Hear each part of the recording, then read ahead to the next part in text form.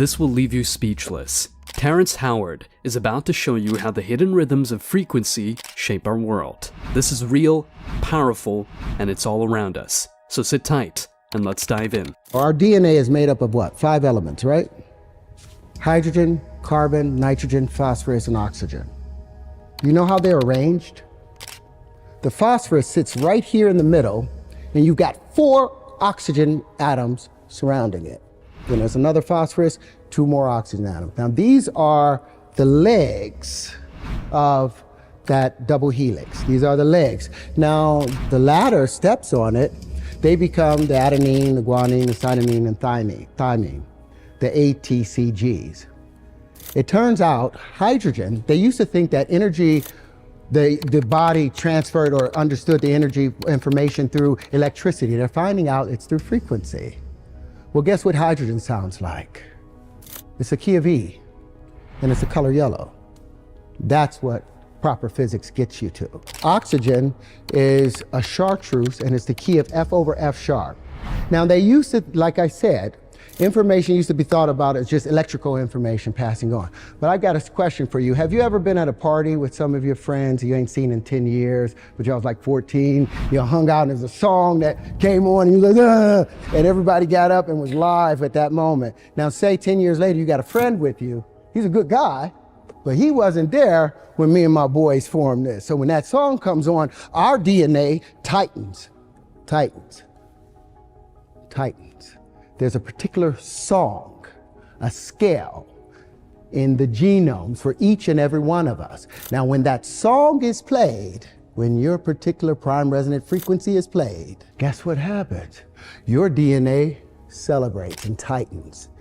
Everything else gets pushed out. Harmonic wave resequencing.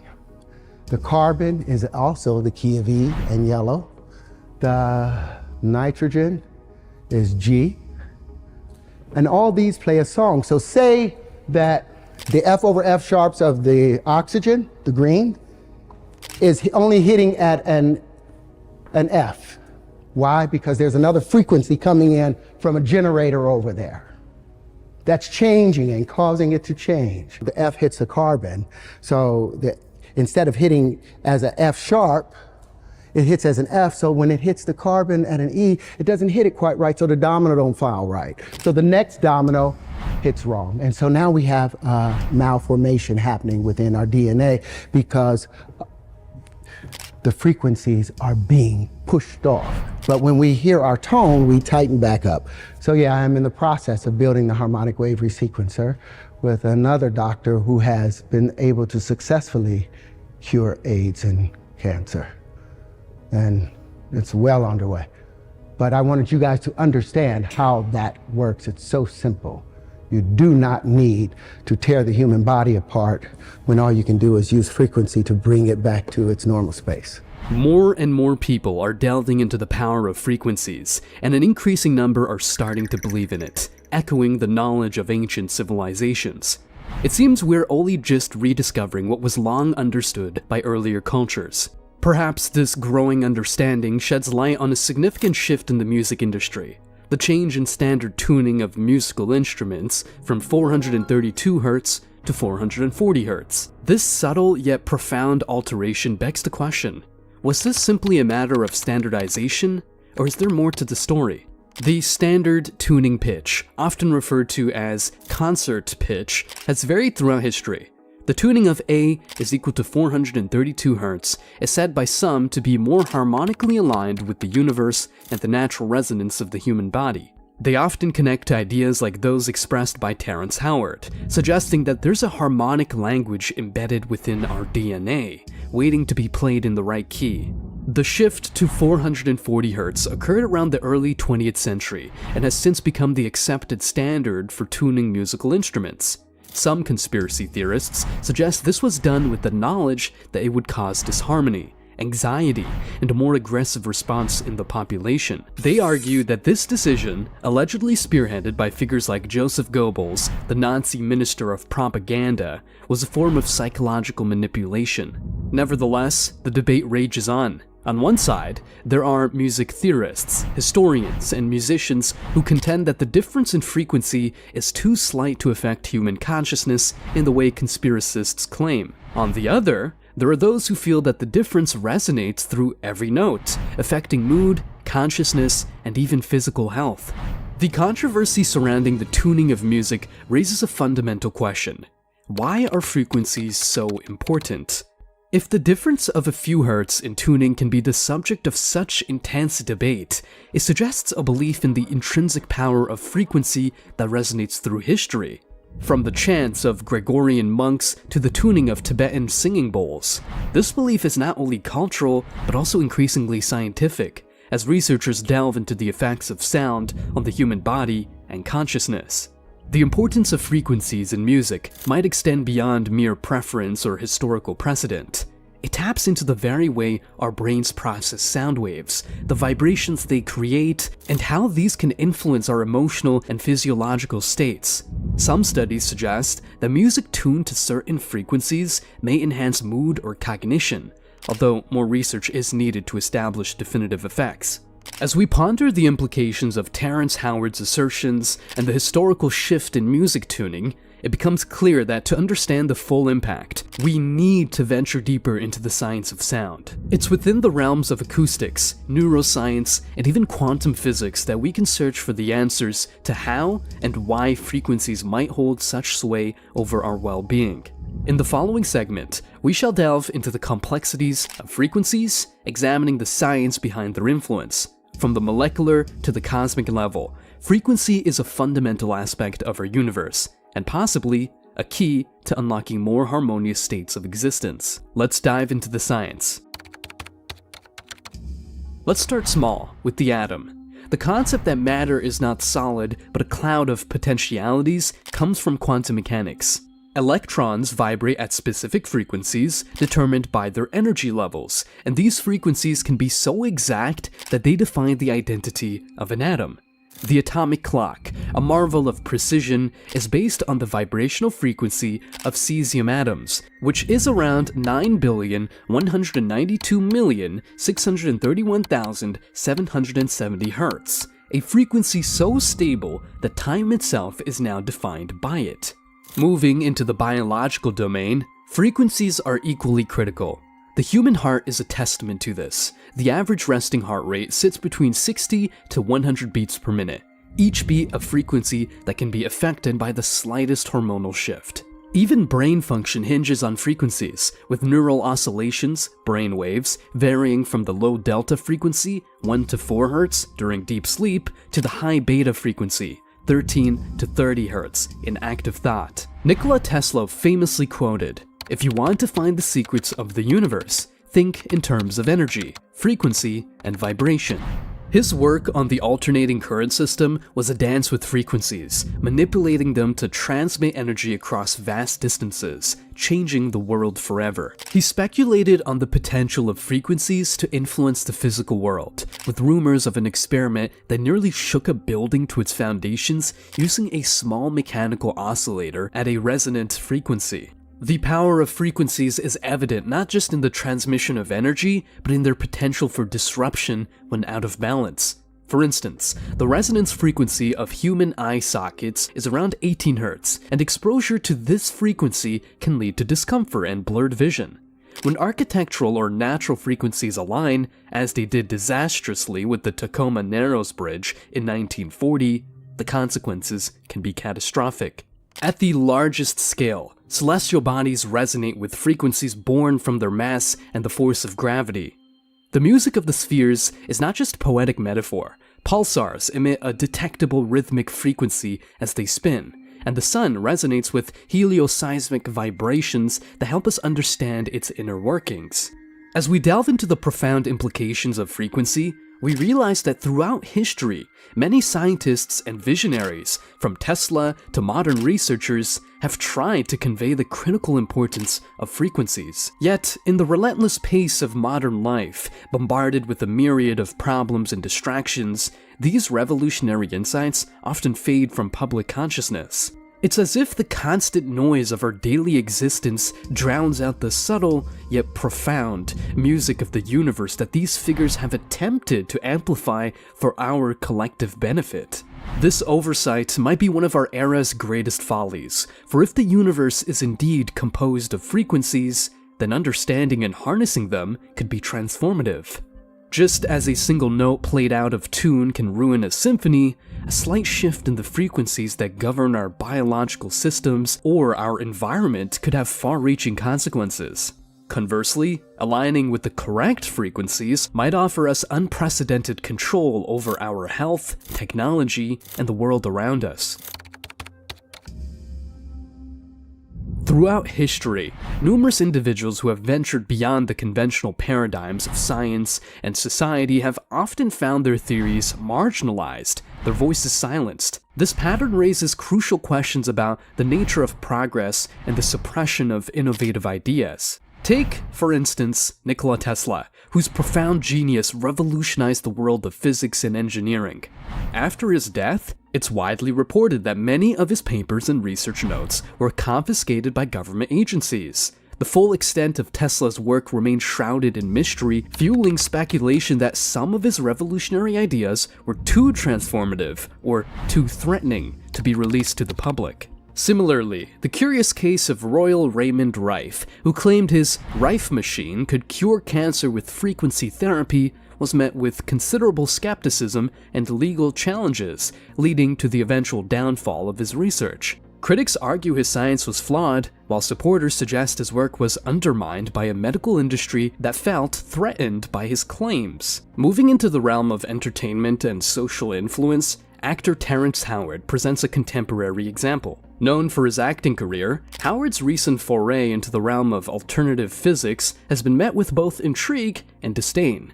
Whether his theories on the structure of DNA and its relation to frequencies hold water is subject to scientific scrutiny. Still, his abrupt descent from Hollywood raises eyebrows. It suggests a pattern where celebrities who diverge from their expected roles and advocate for radical ideas quickly find themselves ostracized.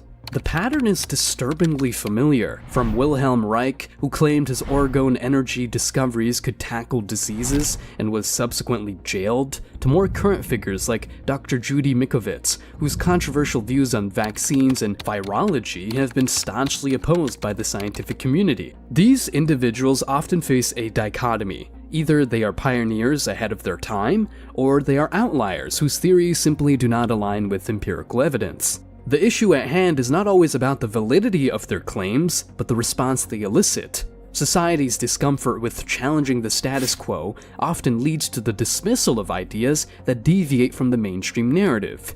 Is this a self-protective response from established institutions, or is it a mechanism that ultimately hinders progress by stifling innovation? Media's role in sculpting public consciousness cannot be understated, particularly when it intersects with health and science. Television and media, in their selective coverage, hold the reins on whether innovative ideas like the impact of frequencies on health are allowed into the mainstream or relegated to obscurity.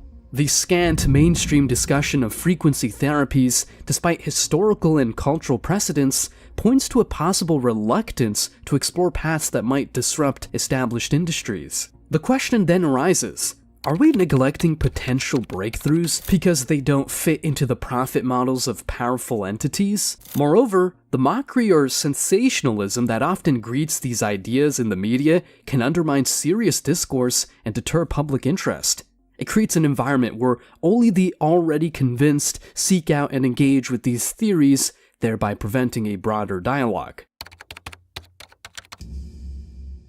The intersection of sound and health is an intriguing area of study, one that is increasingly supported by empirical science. It's not merely about soothing melodies or the calming effect of a gentle voice, it's about measurable vibrations that interact with our biology in profound ways. Clinical studies offer a window into this world of therapeutic frequencies. For instance, sound therapy has been found to lower blood pressure and reduce migraine headache symptoms. In hospitals, the implementation of music therapy programs demonstrates marked improvements in patient recovery rates and pain management. The data is compelling. Certain frequencies can encourage the release of endorphins, the body's natural painkillers, and growth hormones, which are vital for repair and healing.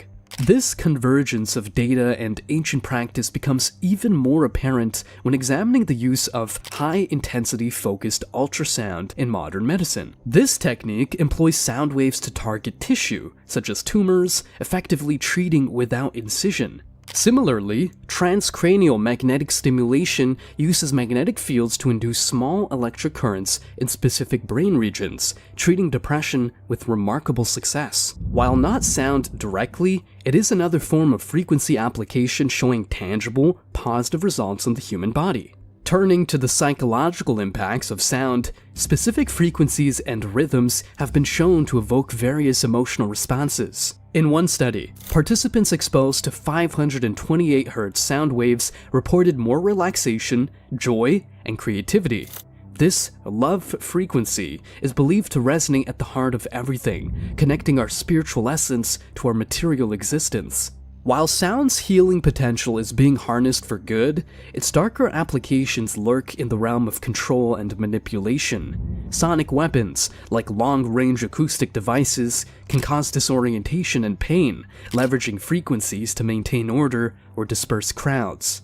But beyond these overt applications, there is a subtler form of auditory influence that permeates our daily lives.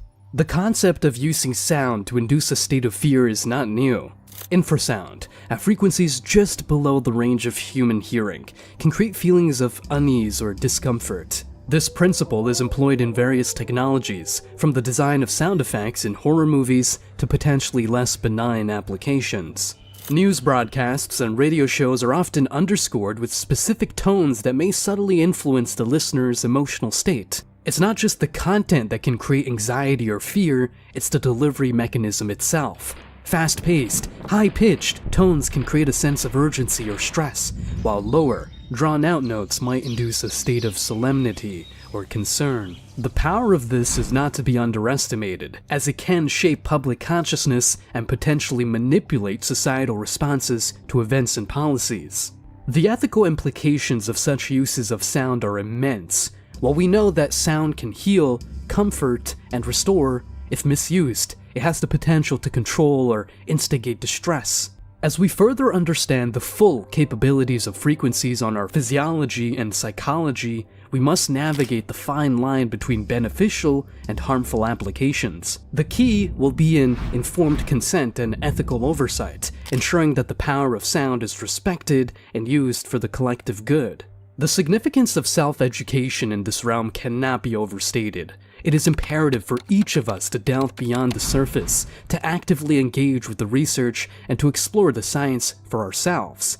In an era where information is at our fingertips, yet so often filtered through a lens of corporate or political agendas, personal inquiry becomes a tool of empowerment. By seeking out these studies, engaging with the data, and questioning the narratives presented to us, we take control of our own understanding and, in turn, our health and well-being. As we navigate this landscape of sound and frequency, it's worth remembering that the marvels of modern science are echoes of ancient wisdom. Cultures across the globe have long turned to the vibrations of the earth and the harmonies of the cosmos, seeking connection and healing. In this, perhaps we see the hand of the divine, a tapestry of natural remedies woven with intricate care, awaiting our recognition and respect. God, in His greatness, has indeed left us many tools to enrich our existence. Sound, with its capacity to reach deep within the fabric of our being, is one such gift. Whether it's the soothing hum of a mother's lullaby or the precise frequency that disrupts a cancerous cell, the spectrum of sound's potential is as broad as it is profound. But to harness these tools, we must first acknowledge their existence and then have the courage to explore their applications. Awareness is the first step toward transformation. In being open to the unconventional, in challenging the status quo, and in seeking the truth with earnest intent, we invite new possibilities into our lives. We may not hear these truths broadcasted between the latest pop songs or discussed during primetime TV, but their whispers are there, between the lines of published studies and in the shared experiences of those who have dared to step beyond the conventional path. In closing, Let us take these whispers, these fragments of forgotten knowledge, and assemble them with both skepticism and hope. Let the tools left for us be handled with wisdom, and let us not be daunted by the silence of the mainstream. For in our quest for understanding, we might just discover the frequencies that resonate with our deepest potential, harmonies that can tune not only our health, but the very essence of our lives.